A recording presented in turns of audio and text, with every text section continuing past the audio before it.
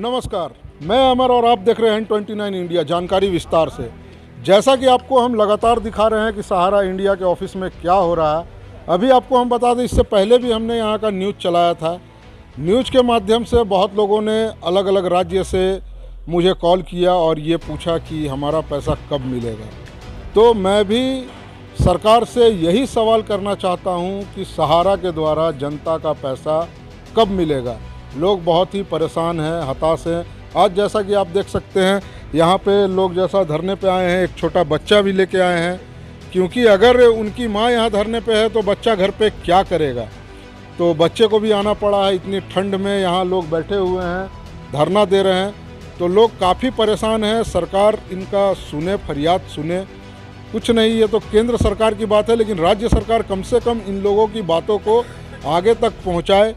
अभी इन लोगों से जानेंगे, आज 5वां दिन और क्या कुछ है, किसी से बात हुआ है, क्या कुछ हुआ है, बात कहाँ तक पहुँची है। अभी हम लोग आप लोगों को रूबरू कराएंगे। आपने कितना पैसा जमा किया चाची? मेरा 3 लाख रुपया है, बहू का मेरा भी लेकर 3 लाख रुपया है। बोला कि 2.5 गुना हम दे देंगे। तो एजेंट के लोभ से अपना पेट काट के, मेरी पोती की शादी था, उसमें भी पैसा बोले कि हमारा जितना होगा उतना ही निकाल दीजिए, तभी नहीं निकला। बहुत दुखी में है, इतना है ना जो कहने लायक नहीं है। इतना ठंड में आप अभी यहाँ धरने पे बैठे, इतना उम्र होने के बाद, तो सरकार को क्या कुछ कहना चाहेंगे आप? सरकार से यही कहेंगे, मेरा पैसा वापस कीजिए। आप उससे, हम मोदी से उनको की कहेंगे, जहाँ जाना हो तहाँ जाएंगे। हम अपने हक के लिए, पैसे के लिए जाएंगे। 1 रुपया करके हम जमा किए थे, और बोलेंगे कि बुढ़ापा में मेरा कुछ रहेगा तो कोई सहारा है, मगर फिर भी यहाँ सहारा कुछ नहीं कर रहा है। सहारा जो कर रहा है वो तो ऊपर वाला भगवान उसको विचार जरूर करेगा। ऐसा बात नहीं है, हाय लगेगा किसी को। जैसा कि आप देख सकते हैं, इस उम्र के लिए चाची ने अपना पैसा जमा किया था, अपना पेट काट के 1-1 रुपया बचा के जमा किया था कि बुढ़ापे में वो पैसा मेरा सहारा बनेगा। लेकिन आप देख सकते हैं कि सहारा ने किस कदर लोगों को बेसहारा कर दिया है। तो कहीं ना कहीं मुख्यमंत्री, प्रधानमंत्री वो इस वीडियो को देखें और ध्यान दें कि बहुत से गरीबों का पैसा फंसा है, पैसा लगा है। और एक बहुत पुरानी कहावत है कि हर किसी से हर कुछ ले लीजिए, लेकिन किसी का हाय मत लीजिए। कितना पैसा कंपनी में जमा कराया गया है? 1 करोड़ से भी ज़्यादा होगा सर। 1 करोड़ से भी ज़्यादा।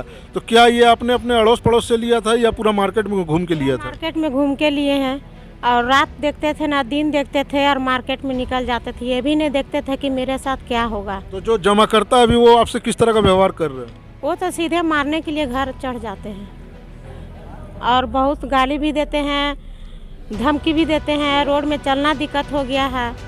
ऐसा लग रहा है जैसे हमारे लिए सरकार भी सो गए हैं। वोट जब मांगना रहता है तो गली गली घूम के वोट मांगते हैं, और जब अभी पैसा देने का सहारा को इनकार कर दिया सहारा वाले लोग, तो नेता लोग भी सोए हुए हैं। जब वोट का समय आता है तो सारे नेता जाग जाते हैं, और अभी पैसा देने का बारी आया तो सारे नेता अभी सोए हुए हैं। आपके द्वारा कितना पैसा जमा किया? 2.5 करोड़ से भी ऊपर जी। कितने लोगों से लगभग आपने ये 2.5 करोड़ रुपए लिया था? लगभग 300-350 आदमी से। अभी तो वो आप पे पूरा हावी होंगे। पूरा घर आके धमकी भी देते हैं। खासकर यहाँ जो ऑफिस के भी जो अधिकारी हैं, वो भी हम लोग का कुछ नहीं सुनते हैं, और हम ही लोग को बोलते हैं फिर से बाजार से लाओ पैसा और अपने पार्टी को अपने चुकाओ। आज की बात बता रहा हूँ। मैं चोटिया ऑफिस में काम करता हूँ। एक जमाकर्ता घर में शादी है। बेचारी बहुत उत्साह से बोली कि नहीं, हमको कुछ पैसे की ज़रूरत है। उसका 5 साल 4 महीना में स्कीम में किया हुआ था। 3 साल में कम से कम लोन की ज़रूरत पड़ा था। वो आई हमारे पास, बहुत रोई। तो हम लोग चलिए ना बात करते हैं ऑफिस में। मैंने उनको लेकर के ऑफिस आया। ऑफिस में हमारी निशी सुरीन और चोटिया स्टाफ की जो कार्यकर्ता मैडम है, उनसे बात किया। वो ऐसे बात की उनसे मिसबिहेव करके कि बेचारी रो दी वहीं पर। बोली कि ऐसे पैसा जमा क्या करना क्या ज़रूरी है, जहां मेरा खुद का पैसा ही ना मिल पाया, मैं बेटी की शादी कैसे करूँगी। बहुत पीड़ा हुई सुन करके। बहुत वो जैसा एक और चीज़ है कि अगर मान के चलिए सहारा कंपनी को अगर पैसे की कमी है, तो उनके पास में बहुत सारा ऐसा एसिड है जिसको कि वो बेच के आप लोगों को भुगतान कर सकते हैं। जी बिल्कुल। तो उनके एसिड के बारे में क्या कुछ जानकारी है आपको? उसका नियत ही नहीं है पैसा देने का ना। अगर नियत देने का होता तो भैया आपके पास यहाँ पर जमा की 24,000 करोड़ बोलिए कंपनी यहाँ पर सेबी बोलिए जमा करने के लिए, तो आप उसको किसी भी कीमत पर बेच करके जमा कर दिए ना। उनका मानना है कि 24,000 करोड़ रुपया ही लेना है, तो हम उतना ही पैसा लेंगे ना। अगर मान लीजिए आपके पास अगर 30,000 करोड़ रुपया भी आ जाए तो हम तो आपको उतना पैसा से रिलीज़ कर देंगे ना, 6,000 करोड़ रुपया, आप उससे पेमेंट कीजिएगा। किसी ना किसी से बाहर 8 स्रोत से पैसा आ रहा, यहाँ से पैसा आ रहा, वहाँ से पैसा आ रहा, सिर्फ बरगला करके रख दिया। और मैं सबसे बड़ी बात अंदर की बात बताता हूँ कि जितने भी यहाँ पर ऑफिस के जो बाबू लोग थे, जो यहाँ के मैनेजर लोग थे, वो लोग क्या किए कि सभी लोग अपना चाचा का, मामा का, अपना जो भी पैसा हो हर एक रीजन से, यहाँ से वहाँ से, सब जगह से निकाल लिए। हम लोग को जब पैसा के बारी आया तो बोलता है कि नहीं पैसा ही नहीं है। अरे हम लोग के पास हम देने के लिए पैसा नहीं है, जिसके पास घर में शादी है, मेडिकल है, क्या उसके पास तो देने के लिए कम से कम उसको तो पैसा देना चाहिए। उसको ना दे करके अपना सारा पैसा निकाले। प्रूफ है हमारे पास कि अभी रखा हुआ हूँ कि वहाँ से लोन तक निकाल लिया वो लोग। और आज जो मेरे पास जो आई जो पैसा निकालने के लिए, उसको बोला गया कि नहीं यहाँ पर अभी सब सारा बंद हो गया है ना, सब यहाँ पर ऑफिस मर्ज हो जाएगा, ये वो दिस डैट बोल करके उसको वहाँ से हटा दिया। अरे आप इसका पैसा कौन देगा? आप तो बोल रहे हैं आज का पैसा एजेंट देगा, हम कहाँ से देंगे?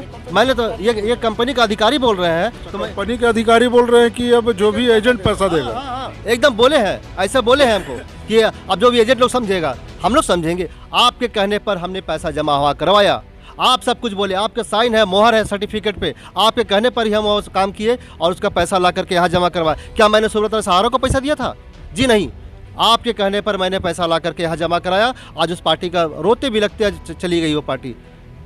इस तरह से यहाँ किया जा रहा है, बहुत ही दयनीय स्थिति है। आज मैं 5वां दिन, अगर हमारा बात नहीं सुना गया तो हम लोग इस धरना का प्रदर्शन हम लोग करते रहेंगे जब तक कि हमारे यहाँ से डेड बॉडी ना उठ जाए, तो हम करते रहेंगे।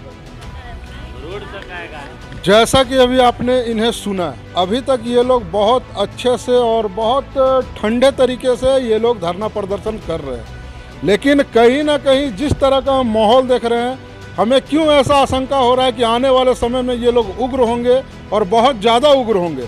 जैसा कि आपको हम कुछ दिखलाना चाहते हैं, ये देखिए यहाँ इस ऑफिस के लोगों ने यहाँ पे नोटिस लगा दिया है। तो क्या ये किस टाइप का नोटिस लगा? मतलब ये लोग क्या आतंकवादी हैं? जो अपना पैसा दिए थे उनको पैसा अगर वो मांग रहे हैं तो वो क्या गलत कर रहे हैं? दूसरी बात, अभी जैसा कि आप लोगों को बता दें, कंपनी के नाम पे इन्होंने सारा पैसा उठाया, कंपनी को दिया। अभी कंपनी बोल रही है आप लोगों ने पैसा लिया, आप लोग भरे। तो ये कहाँ तक न्याय संगत है? इन लोगों ने तो लाकर कंपनी को इतना बड़ा कर दिया कि अब कुछ कहना ही नहीं कि अब वो कितना बड़ा हो गया कंपनी। लेकिन अब जब लोगों को देने की बारी आई पैसा, तब कंपनी इस तरह से मुकर रही है। तो यहाँ अभी भी सस्पेंस बना हुआ है, अभी भी लोगों को कुछ नहीं समझ में आ रहा कि पैसा मिलेगा भी कि या नहीं मिलेगा। ये एक तरह का भी सस्पेंस क्रिएट हो रहा है। यहाँ के मुख्यमंत्री इन लोगों की बातों को किस प्रकार से लेते हैं, किस तरह उस पर संज्ञान लेते हैं और क्या कुछ होगा, बने रहें हमारे साथ N29 न्यूज़ में और देखते रहें, आगे की रिपोर्ट आप लोगों को देते रहेंगे। नमस्कार।